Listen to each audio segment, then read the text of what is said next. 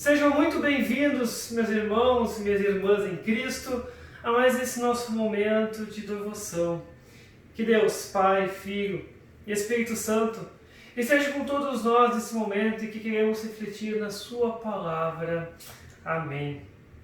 Meus amados irmãos e irmãs, a nossa devoção de hoje está baseada no Evangelho segundo Mateus, capítulo 26, dos versículos 36 ao versículo 39.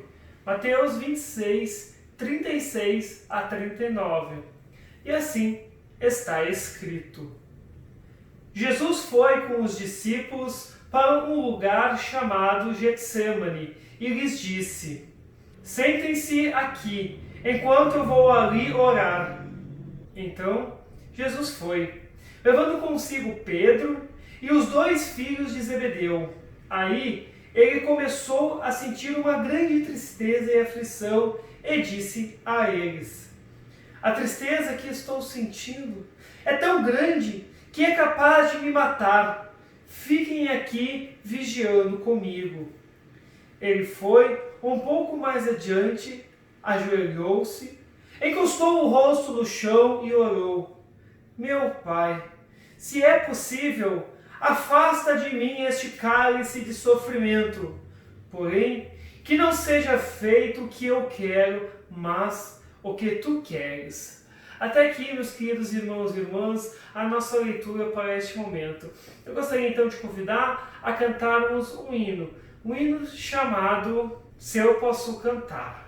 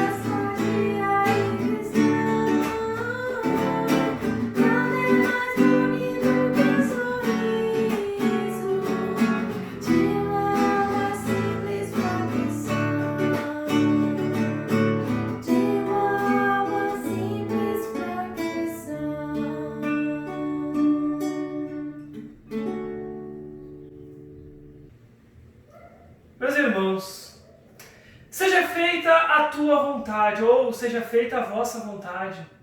Esta é uma petição da oração do Senhor, o Pai Nosso.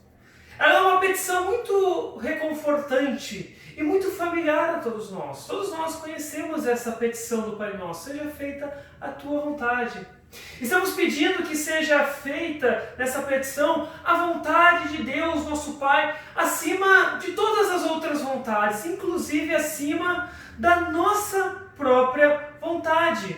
No entanto, meus queridos e amados irmãos, em tempos de doença ou em circunstâncias difíceis do qual nós passamos em nossa vida, tal como nós estamos vivendo atualmente, na verdade, nesse período de isolamento por conta desse vírus do Covid-19, podemos acabar muitas vezes, quando pensamos nessa petição, meio que acabar essas palavras.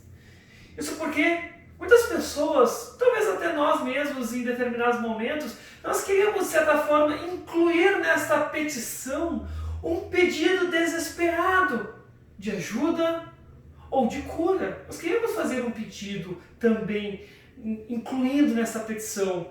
Muitos querem acrescentar algo junto a essa petição.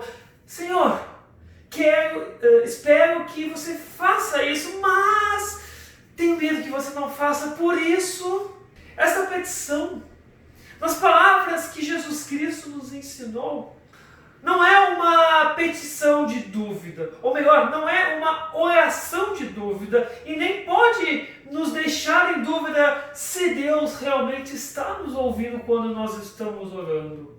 Orar, dizendo, seja feita a tua vontade, é antes de mais nada, meus amados e queridos irmãos, seguir o mandamento de Jesus Cristo de orai assim. O próprio Jesus Cristo, quando vai ao jardim do Getsêmani, na noite em que ele foi traído e preso, ele incorporou as palavras desta oração que ele mesmo nos ensinou. Ele viveu as palavras que ele próprio nos deu. Angustiado, afirma o texto, com uma tristeza tão grande que poderia matá-lo, ele caiu ao chão, de bruços, sobre a terra e implorou a Deus: meu Pai, se é possível, afasta de mim este cálice de sofrimento, porém que não seja feito o que eu quero, mas o que tu queres. Claro que nós poderíamos fazer um baita estudo sobre isso, falar sobre muitas coisas que esse texto nos traz, sobre esse pedido de Jesus, sobre o que é o cálice, sobre o medo de Jesus, essa angústia que ele estava sentindo. Porém, meus amados irmãos, eu quero chamar a atenção de forma especial nesse momento para o fato de que Jesus sabia o que estava por vir. Jesus sabia o que estava adiante dele. Jesus sabia o que estava para acontecer com ele a partir de agora. Jesus sabia o que a obediência à vontade do Pai exigia do Filho. Porém, sem hesitação, Jesus apresentou o seu próprio pedido ao Pai, ao seu Pai. Se é possível, afasta de mim este cálice. Jesus, meus queridos, pediu que, se fosse possível, que ele não tivesse que beber o terrível cálice de sofrimento e a ira de Deus contra o pecado. E então, feito o pedido, ele submeteu a sua vontade à vontade do Pai. Porém, que não seja feito o que eu quero, mas o que tu queres. Então, após o nosso Senhor ter terminado a sua oração, ele se levantou. Ele se levantou para enfrentar o seu traidor e na manhã seguinte tomar a sua cruz para a nossa salvação. E pregado na cruz, ele tomou então todo o cálice da ira de Deus contra o pecado, para que não restasse mais nada naquele cálice, para que eu e você, meu querido irmão, minha querida irmã, não precisássemos beber desse cálice. E assim, ele cumpriu então perfeitamente a vontade de seu Pai, a vontade que Deus tinha para que seu Filho realizasse. Seja feita a tua vontade. Não há uma oração que nos deixa com dúvidas. Essas palavras pedem, na realidade, que Deus estabeleça a sua santa vontade em torno das nossas orações, em torno da nossa vida, como, digamos, um grande muro de proteção. Que a vontade dele seja sempre prevalecida, realizada acima dos nossos próprios desejos egoístas, das pessoas que estão ao nosso redor, que nos odeiam, que são nossas inimigas, e também do nosso maior inimigo, o diabo. Em seu catecismo maior, o reformador Martinho Lutero escreveu que os cristãos que estão armados com estas palavras apresentam uma parede sólida contra a qual o diabo e todos os inimigos se despedaçarão. Assim sendo, a vontade de Deus circunda as nossas vidas e nossas orações, tal como uma fortaleza. Claro, meus amados irmãos, que às vezes nem sempre saberemos como devemos orar corretamente, como não incluir talvez alguns desejos egoístas em nossas orações, porém, Deus Pai, o nosso Pai, através do ensino de Jesus Cristo, nos ensina que não devemos nos preocupar com isso, mas devemos apenas orar. Jesus nos ensina que nós devemos apenas orar. Orem do jeito que você sabe, orem com as palavras que você sabe, da forma que você sabe, porque o Espírito Santo que habita em nós, meus amados irmãos, irá, através da nossa oração, orar por nós segundo a vontade de Deus, afirma o apóstolo Paulo lá na sua carta aos Romanos. Aos cristãos verdadeiramente arrependidos dos pecados e creem em Cristo, nossas orações desamparadas, nossos tropeços e muitas vezes o nosso egoísmo são encobertos, meus amados, por todos os lados pela vontade santa e maravilhosa de nosso Deus e Pai.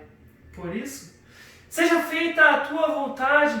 Não são palavras de fraqueza ou dúvida, mas palavras de força.